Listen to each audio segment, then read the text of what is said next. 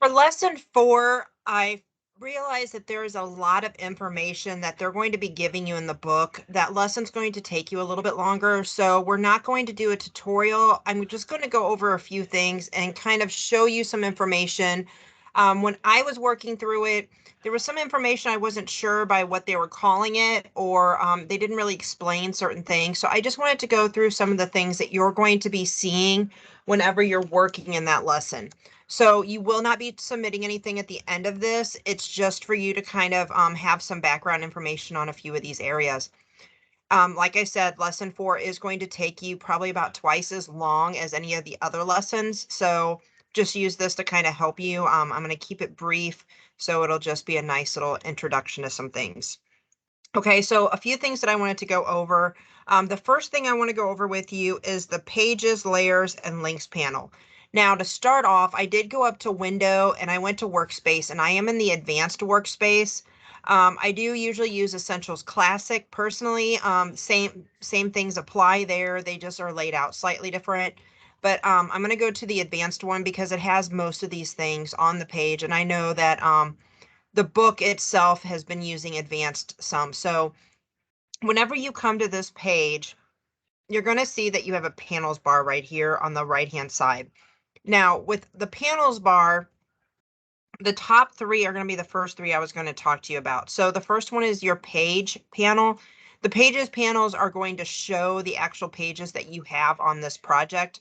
So for this one, I just have 2 pages, so you can see both the pages are right here. This is also where a good place where you can add more pages if you need it to.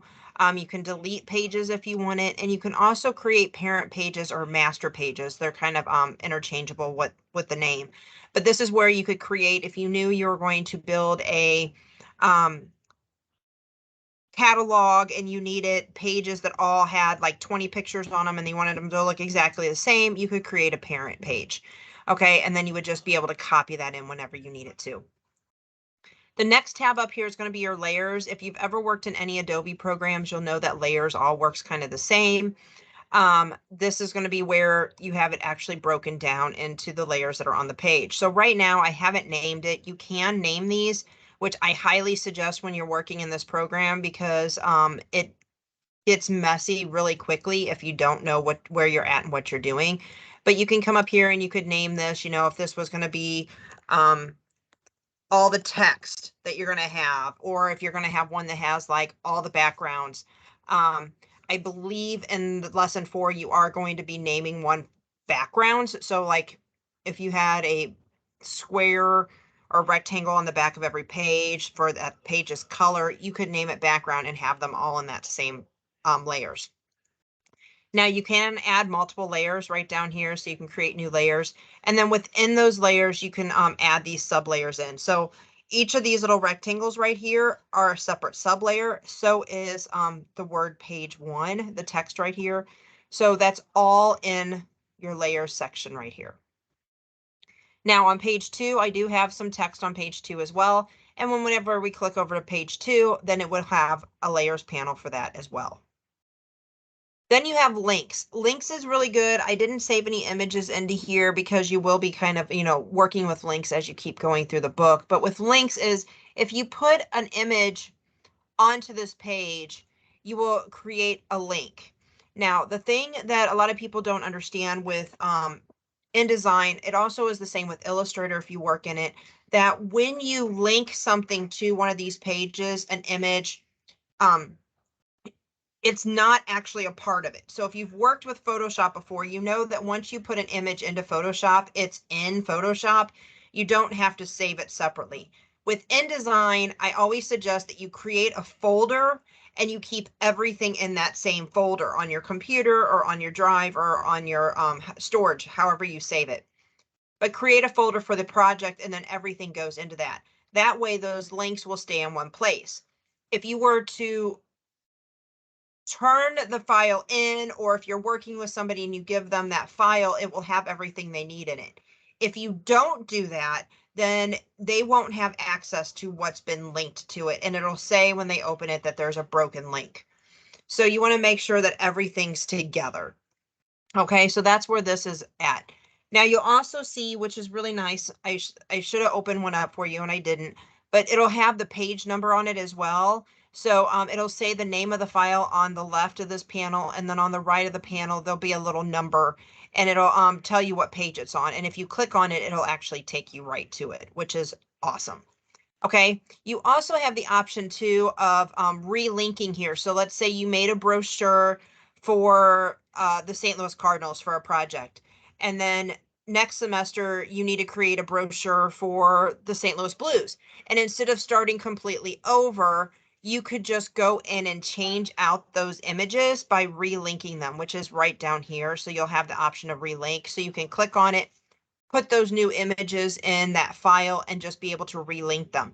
This comes in handy back to that brochure idea. If you have these master pages, I'm sorry, back to the catalog idea. If you have those master pages where you have 20 images on it, and you can just drag that down and then keep relinking these images whenever you need to change them. Okay, so that's these three main panels that you're going to be working with in InDesign, and they are all right here. Another thing is we're talking about having multiple pages. So I have page 1 right here. If I want to switch over to page 2, it's right down here on the bottom. And a lot of people don't realize it's this easy. You don't have to, you can like drag and find it, or you can just come down here and you can flip through pages. You can do this drop down if you have multiple pages. You can go to the last page or to the first page. So you can see all of that stuff right in here. Okay, so it's down on the bottom left if you want to switch pages. Um, in the lesson, they're also going to talk about the selection tool and the direct selection tool. So your selection tool is right here. It's this top one. It's the black arrow. The selection tool allows you to make overall selections. It'll also allow you to, to select multiple things at one time. Now, how is this different than the direct selection tool, which is the next one down? The direct selection tool is going to allow you to select one specific thing. It also allows corner point on a bounding box. So this comes in handy. One, if you have a grouping, you can select individual pieces out of that grouping using the direct selection tool, but you can also make changes to specific points. So like right now you can see if I selected this box, I'm going to zoom in on it a little bit easier. So you see this box, I use my selection tool and I selected it. I can size it now, but you can see that there is a definite bounding box around it. So you see these little squares. With the direct selection tool, you're going to see they have these little bitty squares in the corners.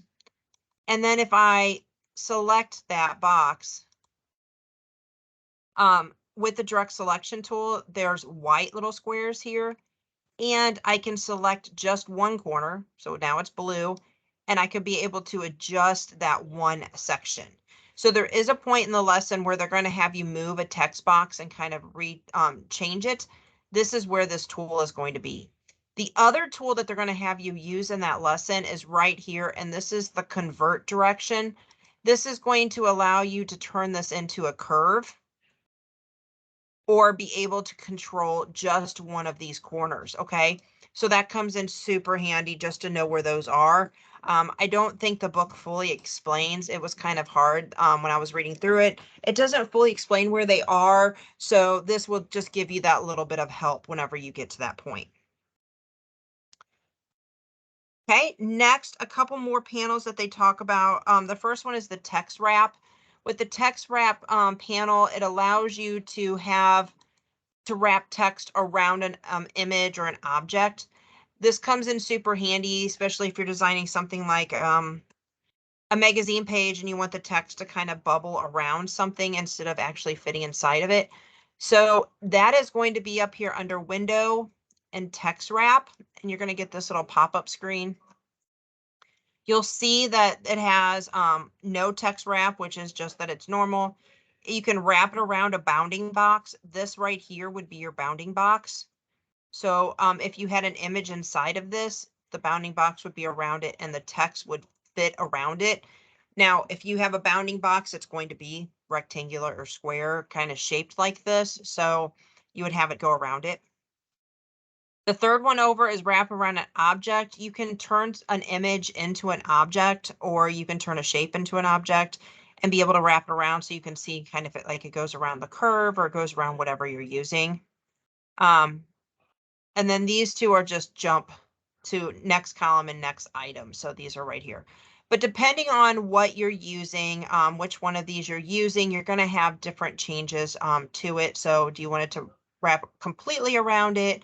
Do you want it to wrap only around one side or to the largest area down here? So you're going to have to pick those things.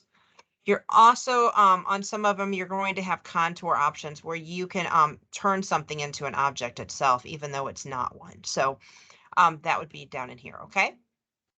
So that's text wrap.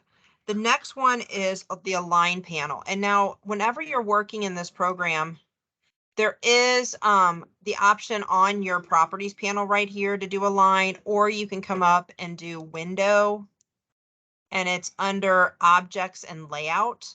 And this is where you're going to find both the Pathfinder and the align. You'll deal with the Pathfinder in a later lesson, but the align panel is right here. I'm going to go ahead and open the whole thing, even though, like I said, it's down here as well. This is going to allow you to choose how to align objects. It also gives you, this is a newer thing that I didn't know about that's right here. It allows you to choose what you want to align to. So you can align to the page, you can align to the section. So for example, I'm going to select these three rectangles that I made right here, and I want to align them to each other. So I align to selection, and then I can put them in a line. And this is really nice because sometimes things have different sizes, different shapes, and this will allow you to put them like right after each other. It also lets you distribute. So if you have some things and you want them spaced in a certain amount of area, and what comes to mind is I used to do a project that had like a picket fence. And so I would just make all the pickets for the fence and I would just like copy them. And then I could go back and do a distribution and it would lay them out in a line with equal spacing in between them for me, as long as I said I want them within this area. So that's really nice. You can also do like align to page. So I'm going to click on align to page and click that same button I clicked earlier, and it's going to center it right in the middle of the paper for me as well. So it takes care of both. So I aligned them to each other and then changed it to page and aligned it again, exact same button, and it made them right to the middle of the page. So align comes in super, super handy. This is a great little panel to know where it's at. The control panel. So the control panel is going to be your panel across the top of your screen and your workspace. If you look at it, it has a lot of information up here. So sometimes in the book, they'll say like, go to such and such on the control panel. That means it's right up here. And you'll see, here's your align tools again. Your distribution tools are up here. Whenever you're doing where you're laying multiple images and in project 4 or in lesson 4, these right here are going to be some tools that they have you look at. So they'll right up here on this panel. You can also change sizes up here. You can, you have your reference point right here. So if you wanted to not do it by the center, if we wanted to align these by the bottom left-hand corner, we could have clicked it right here and then did the align, and it would have aligned it by basically that bottom, by this corner on each box. Okay, so it would have put those in a row. So you have a lot of things coming up here. So just pay attention. Oh, you even have the text wrapped up here as well. So all of this is right there. That's a really good place to kind of look if you're having a hard time finding something. And then the last piece that I wanted to go over, something that they talk about in this lesson is adding captions. I had never actually done it this way, and it was a nice little quick way of doing it, but I didn't know what they were talking about whenever I was doing it. So I kind of had to like practice and find everything. So just so you know, whenever you're on the part that's called adding metadata captions, it's a section like halfway through the lesson towards the end. It's going to tell you that you have to find the captions in the panel menus. And what a panel menu is if you open any of the panels, you're going to see these little lines right here. Each panel has these. And they all have different menus based on, so if you just click on it, it's going to have different menus based on whatever that exact panel is. So you're not going to always see the same thing. So just right there, swatches has this huge panel. But then when I came down to the gradient one, it only has one thing on it. Okay. So each of these will have their own panel menu. And it's just the little lines right there. Now, for that adding captions, you're actually going to go into links.